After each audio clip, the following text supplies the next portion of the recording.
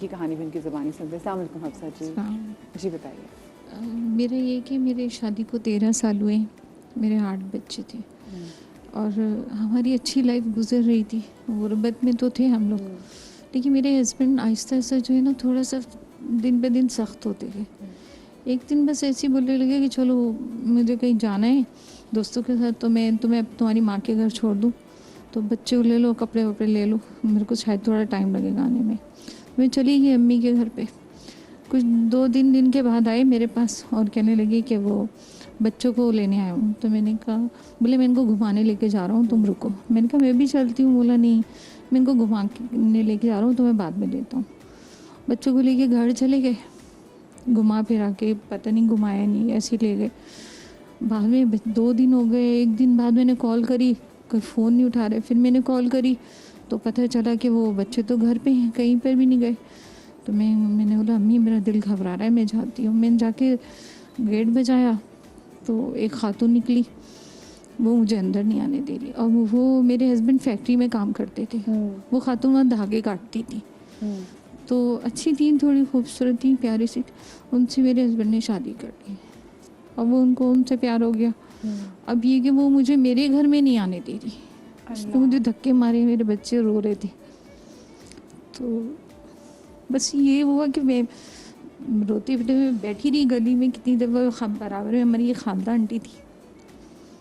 फिर वो मुझे वापस अपनी अम्मी के पास जाना पड़ा। और बच्चे? अभी तक मेरे बच्चे वहीं पर हैं, शौहर के पास। और आपके 8 बच्चे? और मेरी बराबर में जो पड़ोसी हैं वो बताती हैं कि बच्चे तुम्हारे रोते। और आपके बच्चे कितने बड़े हफ्सा जी? बच्चे 8 साल के पीछे बच्चे। तो सबसे बड़ा बच्चा कितना बड़ा आपका? मेरा 12 साल का। 12 साल का बच्चा है। मुझे बताएं कि क्या अगर शबाना जी आपसे पूछूं कि क्या हो सकता है ऐसी सूरत में कि माँ अपने बच्चों से मिल सके? आपने कोर्ट का दरवाज़ा नहीं खटखटाया?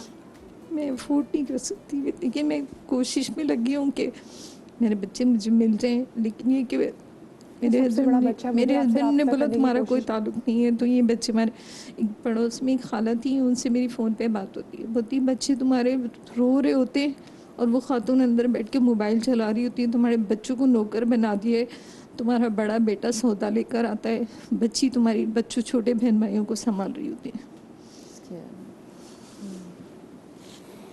सबसे पहले तो बहुत दुख हुआ ये सब कुछ सुनकर। और अच्छा मदिया, इसमें यह है कि अगर ये जिस तरह बता रही हैं कि ये कोर्ट अफोर्ड नहीं कर सकती या कुछ, तो हम ज़ारा से भी रिक्वेस्ट करेंगे कि ये आपके केस को इंशाल्लाह देखेंगे, हम भी देखेंगे। और चाइल्ड प्रोटेक्शन ब्यूरो भी देख सकता है? बिल्कुल इसमें देख सकता है वुमेन चाइल्ड प्रोटेक्शन। मगर हम ये कहना चाहते हैं, अगर ये अपने बच्चों को आप अफोर्ड कर लोगी तो आपको इस वक्त भी राइट है, आपके बच्चे आपको मिल सकते हैं। मेरे शौहर ने मुझे छोड़ा नहीं है, उन्होंने छोड़ा नहीं, बेशक ना छोड़ा हो, निकाह में है। कशफ क्या किया जा सकता है वैसे इनकी केस में? आवाज़ आ रही है ना मेरी?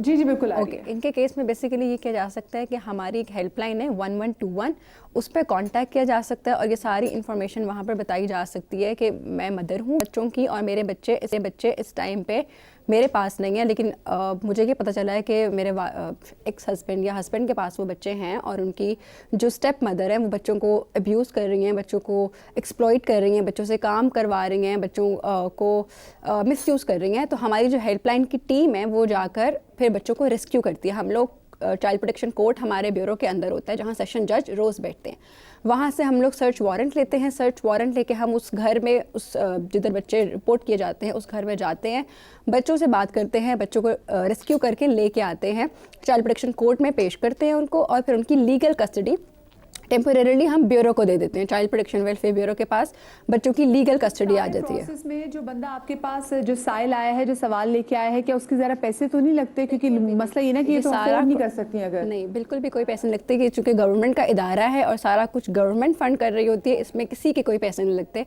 बच्चे जब आ जाते हैं, बच्चों का खाना पीना, education, medical help, psychological help, वो सारा कुछ गवर्नमेंट ऑफ पंजाब खुद उठाती है। ओके, अच्छा हमारे साथ एक कॉल भी मौजूद है, शायद मैं ज़रा उनको भी इस गुफ्तगू में शामिल कर लेती हूँ जल्दी से। अस्सलाम वालेकुम शाहिद।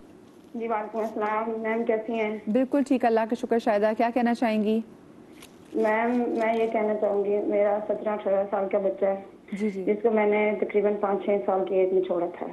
मैंने कुछ बहुत टफ सिचुएशन है, क्योंकि मैं अब यहाँ पे लंबी चौड़ी कहानी बताऊँ तो शॉर्ट टाइम है आपके पास भी। जी जी।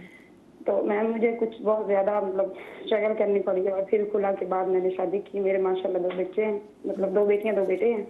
मेरा मियाँ माशाल्लाह जैसे बहुत अच्छा है, नाइस बंदा है। वो मेरे बच्चों की भी रिस्पेक्ट करता है जो मैंने छोड़े थे। अब उनका आना जाना है मेरी तरफ, दोनों बेटों का, 2 बेटे थे उधर। तो अब उनकी जो तरबियत है, वो जो 15 साल के गैप है, वो तो पूरा नहीं हो सकता है, वो तो मुझे भी पता है। लेकिन बात यह है कि अब वो ना मेरे साथ बहुत अटैच हो रहा है दोबारा से ना। लेकिन वो मुझे कभी कभी टॉर्चर करता है अपने बाबा की तरह। जैसे मेंटली तौर पे मैं थोड़ी सी फ्रेश नजर आ रही हूँ, थोड़ी सेट हूँ। मैंने ब्यूटिशियन हूँ, मैंने पार्लर बनाया हुआ है अच्छा अच्छा। फिर हाँ, लेकिन फिर भी मैं सादी सी रहती हूँ। मेरे बच्चे जवान हैं, तो वो क्या सोचेंगे, हमें छोड़ कितनी खुश है, बड़ी पॉजिटिव है ये वो। मुझे उनकी वजह से अपने आप को ना थोड़ा सेट रखना पड़ता है। और मैं हूँ भी बड़ी एहसास, अभी मेरे दिल की धड़कन बहुत वाइब्रेट हो रही है, मैं बड़ी हाँ, हम मुश्किल से समझते बात हैं। कर रही हूँ। अच्छा उस वक्त, लेकिन आप जब वो 5-6 साल के थे, आप जब उनको छोड़ के आई थी, आपके दोनों बच्चे, तो वैसे क्या उस वक्त सिचुएशन क्या थी? क्या डिवोर्स हो गई थी आपके? सिचुएशन ये थी कि मेरी अम्मी ने शादी वहाँ पे की थी मेरी 12 साल की एज में। और वो जो बंदा था मेरी अम्मी का, वो मतलब रिश्ते में कजन था, तो उसकी एज थी कम से कम 45 साल। अब उसकी जो सोच है, उसका जो माइंड, वो मेरे साथ नहीं मिलता था। उसकी सोच और थी, मेरी और थी। मेरी वो बच्चों वाली थी, और वो मुझे ट्रीट करता था हर चीज से, ये तुम गलत हो, मुंह क्यों धो रही हो, ये क्यों कर रही हो, हंस रही हो, सहेलियों के साथ बैठी हो। मतलब मुझे साइको टाइप लगता था, जो मैं सिंपल बात बताऊँ।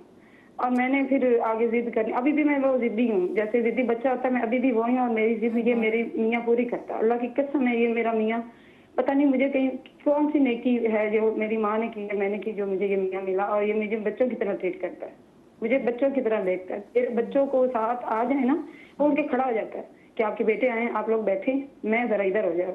या कुछ खाने को भाग के ले आएगा, लेज ले, बोतल ले। ये मैं उसके चेहरा देखती मैं कहती हूँ, वाकई आप मर्द हैं, वो भी एक मर्द था।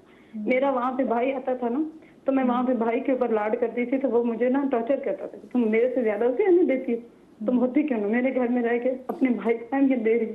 तो मैंने काफी बार 10 साल उसके साथ गुजारे। मैंने बड़ी टफ सिचुएशन इसलिए गुजारी कि मेरी माँ ने वो शादी की थी कि मेरी माँ की ना इज्जत बरकरार रहे, और वो जो होता है ना भरम, वो रह जाए। लेकिन उसमें मुझे हासिल क्या हुआ, मैं साइको हो गई। मैं चीखे मार के रोती थी, बर्तन तोड़ती थी।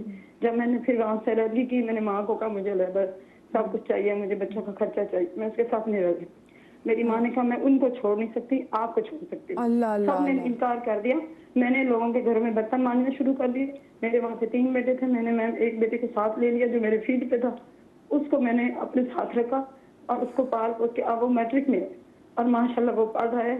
और ये वाला जो मेरा मियाँ है ना, यही उसको पढ़ा शाहिदा जी, आपके लिए बहुत प्यार, बहुत प्यार। अल्लाह पाक आपको बहुत मजबूत बनाए। यहाँ पे अब देखिए 12 साल की बच्ची का 45 साल के जब आदमी से आप शादी कर देंगे, उस 45 साल के आदमी की फ़िज़िकल नीड्स और हैं, ये 12 साल की बच्ची है, इसका दिमाग कुछ और है। तो आपने सोचे आपने इस बच्ची के साथ कितना जुल्म किया।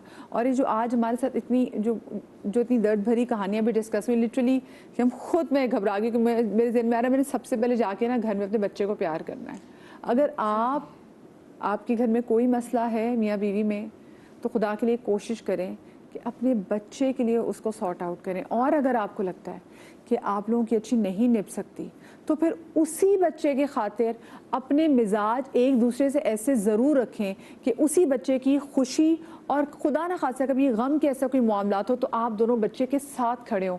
वेस्ट में एटलीस्ट इतनी ज़रूर लिटरेसी है, सिविलाइजेशन है कि दोनों मियाँ बीवी डिवोर्स के बाद, मूव ऑन कर जाने के बाद भी बच्चे की गम और खुश में, शादियों में मेरे पाकिस्तान में भी देखा है, माँ बाप डिवोर्स के बाद भी बच्चों की खुशियों में एग्जैक्टली वैसे एक साथ बढ़ चढ़ के हिस्सा लेते हैं।